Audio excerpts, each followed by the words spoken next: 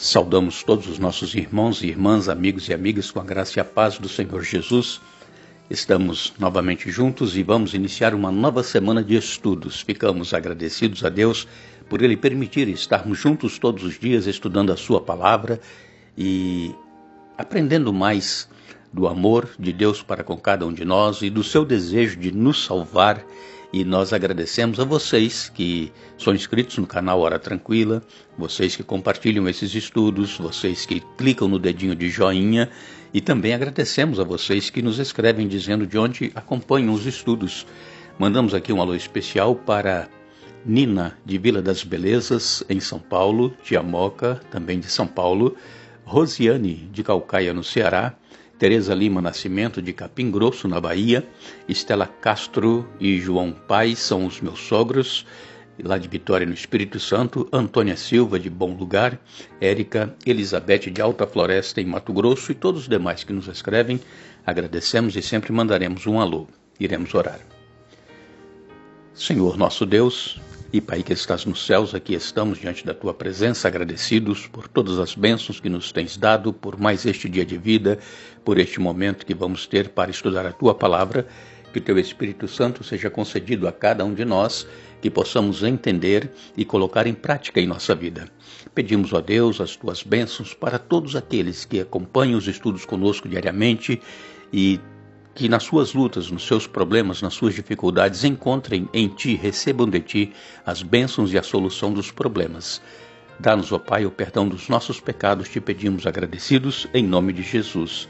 Amém. Esta semana iremos fazer o nosso penúltimo estudo deste livro do profeta Isaías, Mensagens de Consolo. Foi um estudo maravilhoso e com certeza esses dois últimos estudos também serão muito úteis para o nosso entendimento do amor de Deus para conosco e também da nossa esperança de podermos estar com Ele eternamente nos céus. Nós iremos esta semana falar sobre o desejado de todas as nações. É o que nós estamos aguardando, o retorno do Senhor Jesus para colocar fim a este mundo de dor, de sofrimento, a este mundo de pecado. Tudo chegará ao fim quando Jesus voltar para buscar cada um daqueles que o estão aguardando. E nós, que estamos juntos estudando a Bíblia cada dia, com certeza, estamos aguardando ansiosos por esse dia, não é mesmo?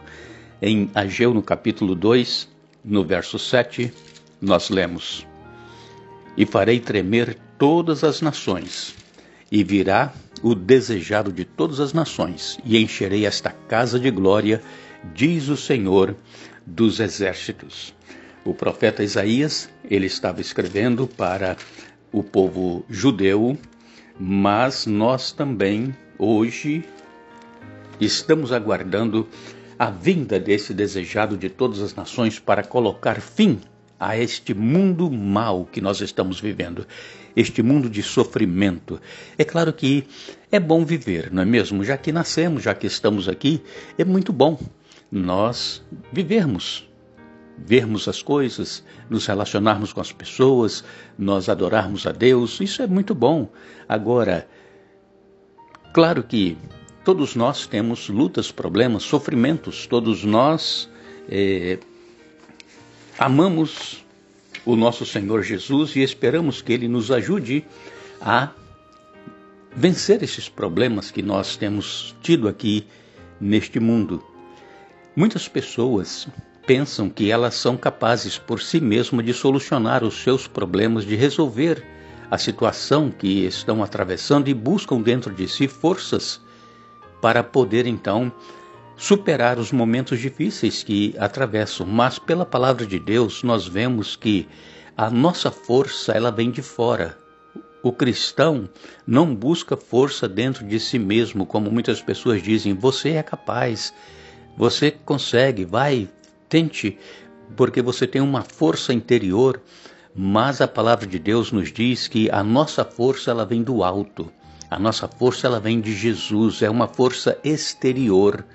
E nós precisamos então estar em comunhão com esse Deus que nos dá a força e o poder, e Ele então nos ajuda a vencermos os problemas que nós temos atravessado. Somos, irmãos e amigos, salvos pela graça de Deus. Somente o amor de Deus por cada um de nós é que faz com que nós sejamos vitoriosos nos embates da vida que nós temos.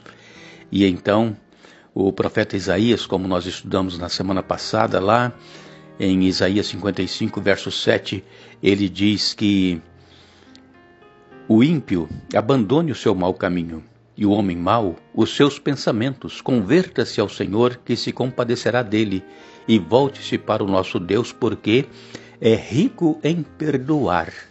Deus está pronto a perdoar todo aquele que reconhece que é pecador e que necessita de um Salvador. O profeta Isaías, no capítulo 59, no verso 1, ele diz: Eis que a mão do Senhor não está encolhida para que não possa salvar, nem surdo o seu ouvido para não poder ouvir. Deus está sempre pronto, irmãos, amigos, amigas e irmãs, a estender a mão para todo aquele que diz: Senhor, salva-me. Deus estende a sua mão. E cada oração que nós fazemos é ouvida por Deus, porque nos diz aqui que o seu ouvido não está fechado, ele não está surdo para não poder ouvir. Deus ouve cada clamor de cada ser humano. Como nós dissemos alguns dias atrás, são mais de 7 bilhões de pessoas no mundo atualmente, mas Deus conhece individualmente a voz de cada um. Quando você se põe de joelhos, quando você clama, Deus, ele sabe que é você que está falando, ele conhece a sua voz. Agora, o que acontece é que parece que Deus não está nos ouvindo. Qual é o problema quando nós dizemos assim: mas Deus não me ouve? Nós, na semana passada, falamos aqui a respeito de quando o povo de Judá jejuava e eles diziam que Deus nem estava olhando para o jejum deles, nem estava notando, e que Deus não estava levando em conta o jejum. E Deus disse que o jejum que eles estavam fazendo, Deus não poderia atender. Por quê? Porque eles faziam um jejum para buscar vantagens para si mesmos. E o jejum que Deus requer é um jejum de desprendimento, é um jejum que Deus espera que nós estejamos prontos a fazer a vontade dele na vida dos nossos semelhantes. É isso que Deus quer de cada um de nós. E agora aqui, em Isaías, no capítulo 59, no verso 1, aqui parece que o povo está falando assim: imploramos, nós oramos, mas a mão do Senhor parece que está encolhida. E por que clamamos e ele não nos ouve? É o que ele está dizendo aqui em Isaías 59, verso 1. Agora a resposta, ela vem no versículo 2. Vejam aqui o que diz a palavra de Deus em Isaías 59, verso 2. Mas as vossas iniquidades fazem separação entre vós e o vosso Deus, e os vossos pecados encobrem o seu rosto de vós para que vos não ouça. Então, qual é a razão pela qual Deus não estava aparentemente ouvindo as orações do povo que clamava e também a nossa oração? Diz aqui: as vossas iniquidades, ou seja, os vossos pecados fazem separação entre mim e vós. E então, sabemos que nós, seres humanos, somos pecadores por natureza. Não é o pecado em si, a existência do pecado em nós, que faz com que Deus se afaste, ou que nós nos afastemos de Deus, que causa separação. Mas é aquele pecado que nós gostamos de cometer. Aquele pecado que nós chamamos pecado acariciado. É um pecado que nós cometemos voluntariamente. Sabemos que vamos pecar e nós pecamos. É por isso que Deus, às vezes, aparentemente não nos ouve. Porque nós temos algum pecado acariciado em nosso coração e nós não queremos abandonar esse pecado. Mas se nós confessarmos os nossos pecados, ele é fiel e justo para nos perdoar os pecados, diz o apóstolo João. Irmãos, O pecado, aquele pecado acariciado, ele destrói nosso relacionamento com Deus. E então, este pecado acariciado é que vai nos levar à ruína eterna, à nossa destruição final, à perdição e não à salvação. O que nós precisamos é reconhecer que estamos cometendo pecado, que nós sabemos que é pecado, e abandonar esse pecado, pedir forças a Deus e então vencer este mau hábito que nós temos em nosso coração. Nós nos lembramos que quando Adão e Eva pecaram lá no Jardim do Éden, o que eles fizeram? Eles se esconderam de Deus. Por quê? Porque Deus todos os dias ia ao jardim conversar com Adão e Eva, e eles, quando pecaram, eles viram que estavam nus e então eles tiveram medo e eles se esconderam. Mas Deus foi atrás deles.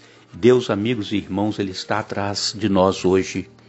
Deus, Ele enviou Jesus, o nosso sumo pastor, para vir em busca de nós, as ovelhas que nos desgarramos, que nos perdemos.